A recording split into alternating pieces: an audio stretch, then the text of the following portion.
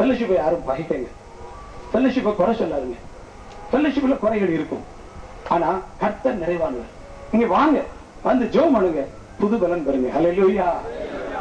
இயேசுநாதரே 12 பேர் திரளான மக்களோடு இருக்கிறாரு, பிறகு 12 பேரோட இருக்கிறாரு. அதுல 9 பேர் அனுப்பிட்டு 3 பேரோட கூட இருந்து நம்ம எல்லாரும் அப்படி போகுமா அப்படின்னு சொல்லி ஒரு ஃபெல்லோஷிப் என்ன செய்யறாரு, உண்டாக்குறாரு. நம்மளாம் ஏமாத்திரம். நான் ஒரு ஃபெல்லோஷிப் உண்டாக்க போறேன், நீ ஒரு ஃபெல்லோஷிப் உண்டாக்குனா இது என்னது, வியாபாரமா?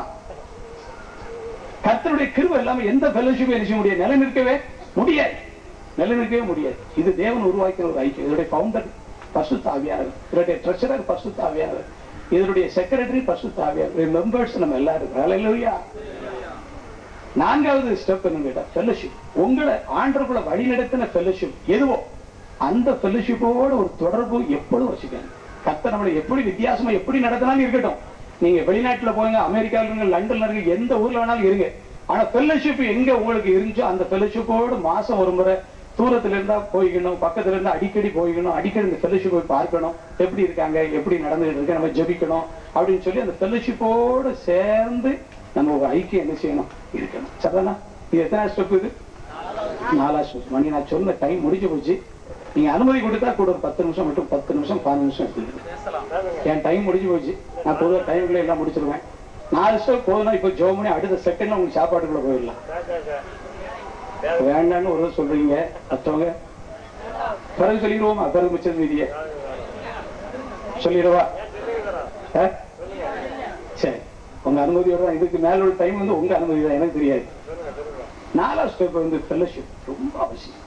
ஃபெல்லோஷிப்புக்கு அடிக்கடி கடிதம் எழுதுங்க, ஃபெல்லோஷிப்புக்கு அடிக்கடி போன் பண்ணுங்க, ஃபெல்லோஷிப்புக்கு அடிக்கடி வாங்க, ஃபெல்லோஷிப்போட இணைஞ்சிருங்க. அது உயர்த்தும். வசனம் சொல்லுது, பிரசங்கியின் புஸ்தகம்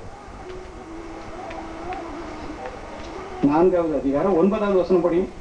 ஒண்டியா இருப்பதிலும் இருவர் கூடியிருப்பது நலம். இருவர் கூடியிருப்பது நலம், நல்லது. வேதத்துல நல்லதுன்னு போட்ட பிறகு இதுக்கு ஒரு மாற்று கருத்து கிடையவே கிடையாது. ஒண்டியா என்ன அர்த்தம்? தனிமையா. தனிமையா ஒருவர் இருப்பதை பார்க்கலும் ஒண்டியா இருப்பதிலும் இருவர் கூடியிருப்பது.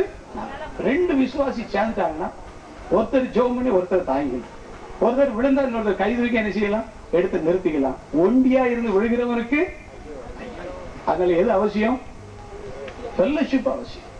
உங்களை ஆண்டவருக்குள்ள வழி நடத்தின, உங்களுடைய ஆவிக்குரிய கண்களை திறக்கிறதுக்கு உதவியா இருந்த ஊழியரையும் அந்த ஃபெல்லோஷிப்பையும் நீங்க ஒரு காலம் மறந்துடாதீங்க.